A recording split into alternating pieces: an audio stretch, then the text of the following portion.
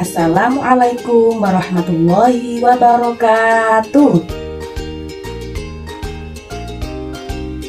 Bagaimana kabar kalian pada pagi hari ini? Luar biasa. Allahu Akbar. Masya Allah, insya Allah semuanya baik-baik saja ya. Hari ini kita akan belajar pelajaran apa? Ya betul, hari ini kita akan belajar pelajaran tema. Baik, sebelum Ibu memulai pelajaran pada pagi hari ini, Ibu mau tanya dulu tentang pelajaran yang kemarin. Kemarin kan belajar tentang berhemat energi. Nah itu, kenapa kita harus menghemat energi? Benar, karena energi itu harus digunakan dengan sebaik-baiknya. Energi itu ada berapa? Dua. Yang pertama energi listrik, yang kedua energi air. Energi listrik itu contohnya seperti gimana? Ada colokan listrik, ada setrika, ada itu yang buat memasak nasi itu namanya apa? Ya, rice cooker. Terus ada apa lagi ya? Ya benar, yang biasanya dibuat blender. Terus yang biasanya buat kalau kalian mau itu lem tembak itu buat merekatkan. Kalau energi air apa saja? Energi air itu ya seperti kincir air gitu. Terus selanjutnya yakni kita akan belajar mengenai tema 3, yakni judulnya adalah peduli tentang makhluk hidup. Sebelumnya Ibu mau tanya dulu, makhluk hidup itu seperti apa saja? Ya, kita juga sama, kita juga namanya makhluk hidup. Lalu makhluk hidup yang lain selain kita apa saja? Contohnya ya tumbuhan, terus hewan itu juga termasuk makhluk hidup. Contohnya makhluk hidup tumbuhan apa? Banyak ya, seperti pohon-pohonan, tumbuh-tumbuhan yang rumput-rumput, tumbuhan yang berbuah gitu-gitu ya. Terus kalau makhluk hidup yang lainnya seperti binatang itu kan ada banyak, apa saja? Ayo, sapi, benar, kambing, onta, harimau, singa. Nah seperti itu. Selanjutnya hari ini Ibu akan memperkenalkan kepada kalian sebuah gambar seperti ini. Sudah kalian lihat dengan jelas? Nah seperti itu. Ini namanya tumbuhan apa? Padi. Padi itu seperti apa sih? Ya, padi itu berupa tumbuhan yang ditanam sama petani. Pintar. Kemudian padi itu biasanya dibuat apa? Pintar. Padi itu biasanya dibuat beras untuk dimakan kita sehari-hari. Ibu akan menjelaskan kepada kalian mengenai tanaman padi. Yakni tanaman padi adalah tanaman yang bijinya dikonsumsi sebagian besar rakyat Indonesia setiap hari. Kalian biasanya kalau pagi makan nasi kan?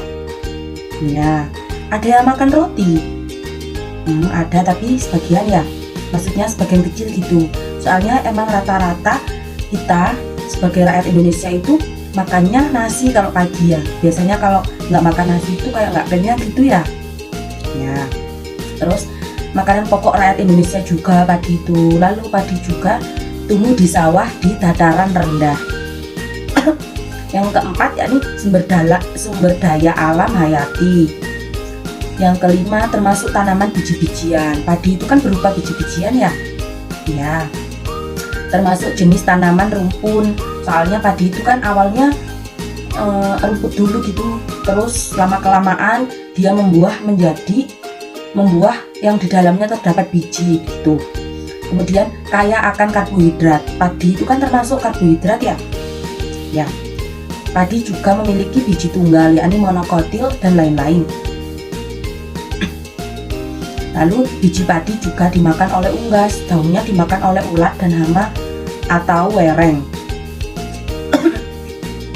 Nah, selain biji padi itu tadi dimakan oleh kita, ternyata binatang-binatang juga mau sama padi tersebut ya. Makanya biasanya kalau di sawah-sawah itu selalu ditunggu-tunggu sama pak petaninya atau pak yang penjaganya. Kemudian Sawah menjadi tempat tinggal beragam hewan seperti katak, ular, belut, dan lain-lain. Biasanya kalian pernah ke sawah nggak? Pernah. Kalau yang pernah ke sawah ngerti kalau di sawah itu ada apa aja gitu. Ya biasanya emang ada ular, katak gitu, ular, belut juga ada. Soalnya kan tempatnya kan biasanya basah gitu, biasanya suka sama hewan-hewan gitu. Lalu kulit padi dimanfaatkan untuk sampo, untuk prakarya, untuk bahan bakar lainnya. Jadi padi ini juga dapat bermanfaat untuk hal lain. Lalu padi menjadi sumber mata pencarian petani dan lain-lain. Jadi dengan adanya padi yang dimakan kita sehari-hari, pastinya kebutuhan kita makan itu kan banyak ya. Nah, satu petani aja itu nggak cukup buat mengurus padi tersebut. Makanya padi itu biasanya dikelola oleh banyak petani. Nah, itu menjadi sumber mata pencaharian orang-orang gitu. Jadi banyak yang nggak, jadi mengurangi resiko pengangguran. Sebenarnya ibu akan menyuruh kalian untuk memilih satu tanaman saja yang menurut kalian itu bermanfaat ya. Intinya menurut kalian itu kalian suka dan kenapa kalian memilih itu. Silakan dipilih satu ya dan didiskusikan dengan temannya. Oke, setelah ibu lihat-lihat, banyak yang memilih padi, ada yang memilih tumbuhan stroberi, apel gitu. Padi, kenapa kalian kok memilih padi? Banyak sekali alasannya ya, sih betul, semuanya betul semua. Jadi padi adalah salah satu tumbuhan dari ribuan jenis tumbuhan yang ada di bumi Nusantara Indonesia. Padi adalah sumber daya alam hayati yang harus dijaga keberadaannya. Kenapa? Karena keberadaan padi ini sangat penting guna menjaga keberlangsungan kehidupan rakyat Indonesia yang sejahtera seperti kita. Andai kan kita tidak mempunyai padi, andai kan sawah-sawah itu semuanya gagal dan tidak menjadi padi, maka kita akan susah karena kita nggak bisa makan. Karena mayoritas rakyat Indonesia itu makan beras kan ya. Kemudian Indonesia memiliki beragam tumbuhan yang dapat dimanfaatkan sebagai makanan pokok. Contohnya yakni beras atau padi, sagu, singkong adalah beberapa di antaranya. Kemudian beragam tumbuhan tersebut merupakan sumber daya alam hayati yang dimanfaatkan untuk memenuhi kebutuhan manusia seperti kita. Tumbuhan sebagai sumber daya alam tentunya perlu dijaga keberadaannya.